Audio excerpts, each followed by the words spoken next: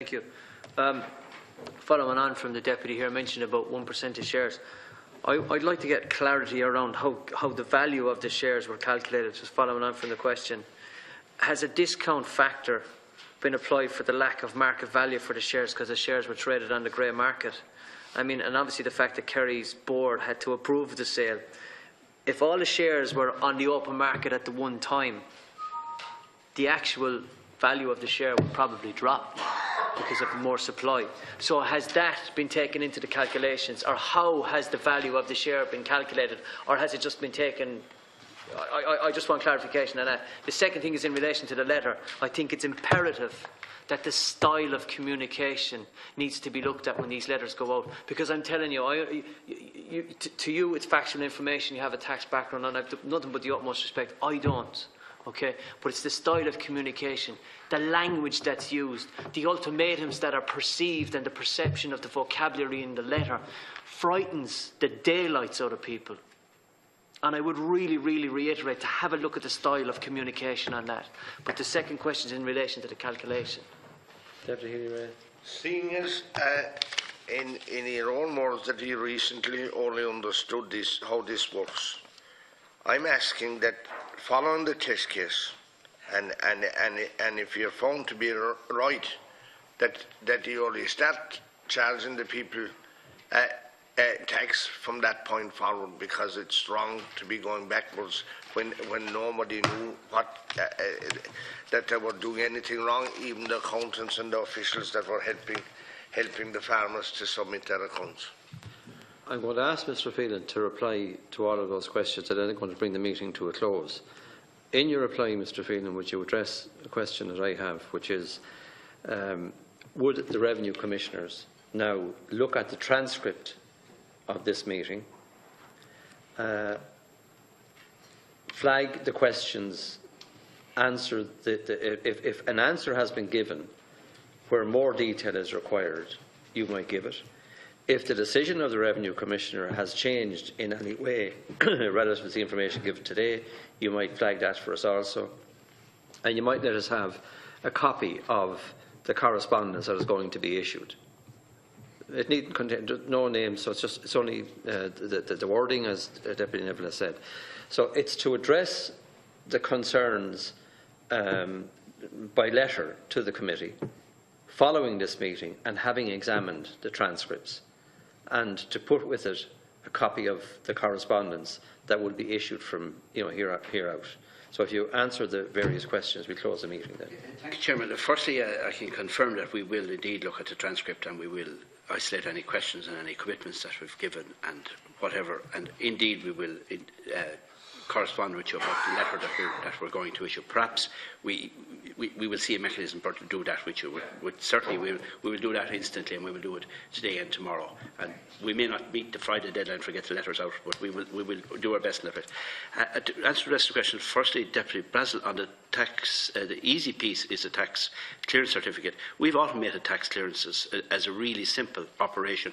You make your tax returns, you pay your tax, you apply for tax clearance certificate online, is instantly given to you, and that's the procedure.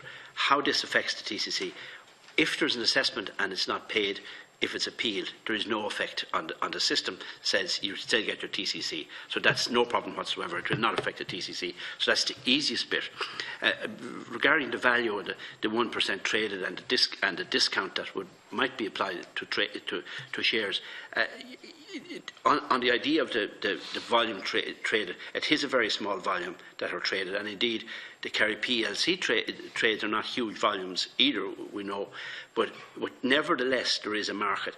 We have taken the value from the stamp documents that came to us, and we have used those average values in the letter. Whether or not that's absolutely critically correct in each individual case, we're clearly not certain, because it may depend, as Paul said, about the time of the year. As regards the discount factor, if they all came on the market today, interestingly, in one of those old cases, that was one of the arguments put forward, that he couldn't trade it at that moment in time, because if he did trade it, all of the stuff would be traded together and would restrict the value. But in the case, it decided that the value was the value that was available, rather than a discounted value due to some unforeseen circumstances. I'm interested really in ruling to the contrary. I certainly couldn't countenance that an outside agency giving, even a state agency giving a ruling on a tax thing wouldn't be something that the revenue would normally view. But however, many of the things that people would say about revenue would be authorised by revenue. So perhaps I wouldn't make a comment on it. As regards this is the letter of comfort, Deputy Ferris and Deputy Griffin, and if you have sight of that letter of comfort or a copy, or if you know where it came from, please inform the revenue. Let me clarify, look, it's a phone call that came to my office. Okay. And I'm not making any accusation against anybody.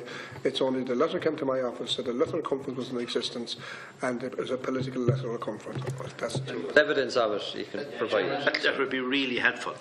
What I'd asked was, did anyone in revenue ever tell anybody, any individual taxpayer, that in these specific circumstances that they were kosher, that everything was kosher? That's what I'm asking as well. Has that happened? That will have to be checked out. Yeah.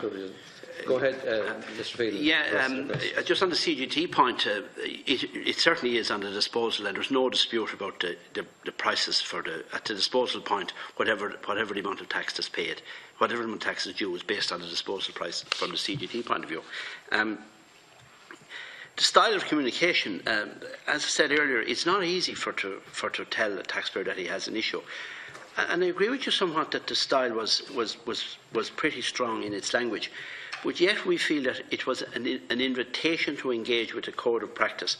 Perhaps the language dealing with a non-professional is a bit different, but going to your accountant with that letter would be well understood by the accountant of what the engagement with the code of practice was. And the code of practice has a whole set of rules, which you wouldn't put all of those rules in a letter. But I take your point exactly about the style of communication, and we will certainly improve on what we're going to say to these people now, particularly bearing in mind the Christmas period and all that. We will put that and put as much comfort as we can in there. And we are really concerned and aware of the issues in farming and aware for these people. So we will fix that, and thanks very much for that. My example there about the 100,000 shares, it was quite a simple example, and I said the examples were just for illustrative purpose.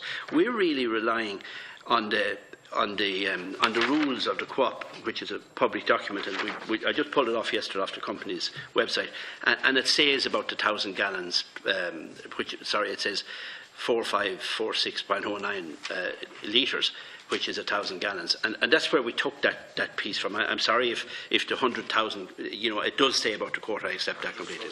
Yeah, I do accept that. Is based on quota, not an amount of milk. Okay, so reinforced. Yeah, I agree exactly. Yeah. Much to the members and to the Revenue Commissioners for attending. The meeting is now adjourned until 9:30 in the morning. You're all welcome again.